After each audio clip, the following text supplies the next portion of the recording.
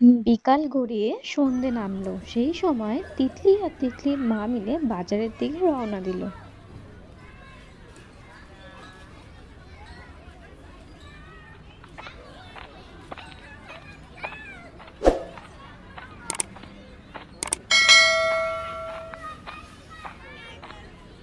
মা মা চলো না, মা আজকে ফুচকা খাবো। ও মা চলো না, ফুচকা খাবো। এই মেয়েকে নিয়ে রাস্তায় বেরোলেই খালি ফুচকা খাবো ফুচকা খাবো। বাড়িতে তো খাবার ঝাল দিলে তখন রান্না করলে খেতে পারিস না, আর রাস্তায় বেরিয়ে তো দিব্যি ফুচকা খেয়ে নিস। আসুন বৌদি, আসুন। কেমন ঝাল দেব? বেশি, কম না মিডিয়াম? খুকিও এসেছে দেখছি।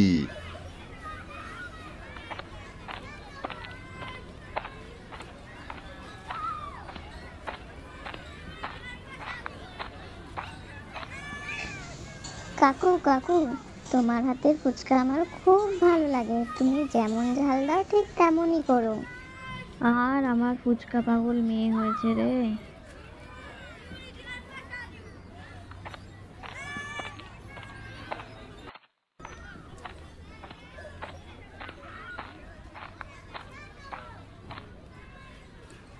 মা মেয়ে মিলে ফুচকা খাওয়া হচ্ছে আমাকে বাদ দিয়েই।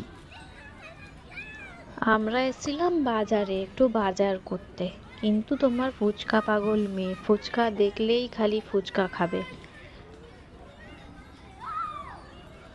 বাবু আসুন, আপনিও দুটো খেয়ে যান, ভালো লাগবে খেলে। এত করে বলছো যখন, দাও দেখি খেয়ে কেমন লাগে। এখন মা মেয়ে আমরা সবাই ফুচকাখোর হয়ে গেছি, হা হা হা। চলো চলো এবার বাড়ির দিকে যাওয়া যাক, অনেক দেরি হয়ে গেল, তিতলিকে আবার পড়তে বসাতে হবে, চলো বাড়ির দিকে। জানো, তিতলির মা অফিসে খুব টানাপোড়েন চলছে, যে কোনো সময় যে কেউ ছাঁটাই হতে পারে। কি বলছো গো? তাহলে তো চিন্তার বিষয়, এখন থেকেই বিকল্প কিছু ভেবে রাখতে হবে আমাদেরকে। এত সমস্যার মধ্যেও মেয়েটার মুখ দেখলে সব ভুলে যাই। কি যে শান্তি আর মনে আনন্দ হয়, কাউকে বলে বোঝাতে পারবো না। মেয়েটা ফুচকা পেলে যে কি খুশি হয়, জগৎ সংসারের এই খুশির কাছে সব খুশি যেন তুচ্ছ মনে হয় তখন। মনে হয় ফুচকাওয়ালাদের জীবনও অনেক নিরাপদ, কাজ যাবার ভয় নেই, কোম্পানি বন্ধের ভয়ও তাদের তাড়া করে ফেরে না। কথাটা কি বললে আরেকবার বলো তো। আমি আবার কি বললাম? কিছু বেফাস কথা বললাম কি? আরে না, ফুচকাওয়ালার জীবন অনেক নিরাপদ, ছাঁটাইয়ের ভয় নেই, এই কথাটাই বললে তো তুমি। হ্যাঁ, সত্যি কথাই তো বললাম। আচ্ছা, আমাদের ফুচকার দোকান দিলে কেমন হয় বলো তো? পাগল হলে নাকি? পড়াশোনা করে শেষে পাড়ার মোড়ে ফুচকা বেচবো? লোকে কি বলবে? আরে তুমি হাদার মতো কথা বলছো কেন? 5 স্টার হোটেলেও ফুচকা বেচে আর পাড়ার দোকানেও ফুচকা বেচে, দুটো কি এক? কি ভাবছো বলো তো শুনি? নিশ্চয়ই তোমার মাথাতে ইউনিক কোনো আইডিয়া এসেছে।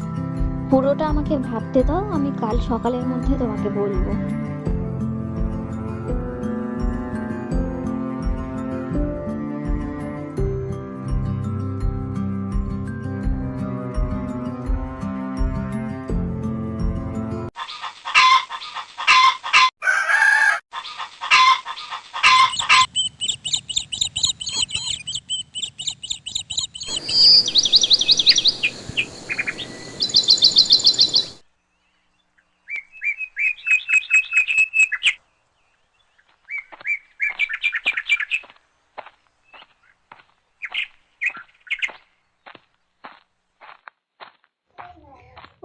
ওমা আজকে টিফিনে কি বানাবে গো? কি খেতে ইচ্ছা করছে বল, বানিয়ে দেব। মা, বাবা কোথায় গো? তোর বাবা এখন ফ্রেশ হতে গেছে, তারপর বাজার যাবে, এসে আবার অফিস যাবে, এখন বাবার অনেক কাজ। ও ঠিক আছে মা।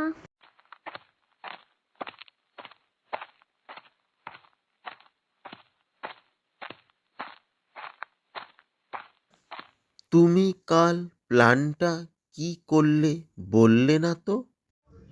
আচ্ছা, ফুচকাটাকে যদি রেস্টুরেন্ট টাইপের করে দিই, প্লেট সিস্টেম, তার সাথে কিছু পকোড়াও রাখবে আর কফি, কেমন হয় বলো তো? দুর্দান্ত আইডিয়া। সঙ্গে যদি ফুচকার ভ্যারাইটি বাড়ানো যায়, কেমন গো শুনি? বিভিন্ন মশলা স্ন্যাক্স অ্যাড করে যদি কম্বো প্রেজেন্ট করি। সব তো তাহলে আমিই খেয়ে নেবো বাবা। তাহলে আজকেই আমার বন্ধুদের সবাইকে বলে আসবো স্কুলে। হা হা হা, তোমার মেয়ের কথা শোনো গো। আকাশবাবু ওনার স্ত্রীকে সঙ্গে নিয়ে ওনাদের নতুন ব্যবসা শুরু করলেন। আকাশবাবু চাকরি ছেড়ে ব্যবসায় মন দিলেন এবং ধীরে ধীরে তিনি ব্যবসায় উন্নতিও করলেন। এক অভিনব উদ্যোগ ছিল তার। তার চোখে ছিল অনেক স্বপ্ন এবং সেই স্বপ্নকে বাস্তবায়িত করার জন্য সে দিনরাত পরিশ্রম করতে লাগলো এবং গ্রামের প্রতিটা মানুষ তার পাশে এসে দাঁড়ালো এবং বাহবা দিল। এইভাবে ধীরে ধীরে আকাশবাবু চাকরিজীবী থেকে একজন সফল ব্যবসায়ী হয়ে উঠলেন। মা মা, দেখো ওই দাদা দিদিরা মনে হয় আমাদের দোকানের দিকেই আসছে। হ্যাঁ মা, এই দিকেই আসছে। বন্ধুরা, আমাদের গল্পগুলো যদি আপনাদের ভালো লাগে একটা লাইক দিয়ে চ্যানেলটা সাবস্ক্রাইব করে পাশে থাকবেন। ধন্যবাদ।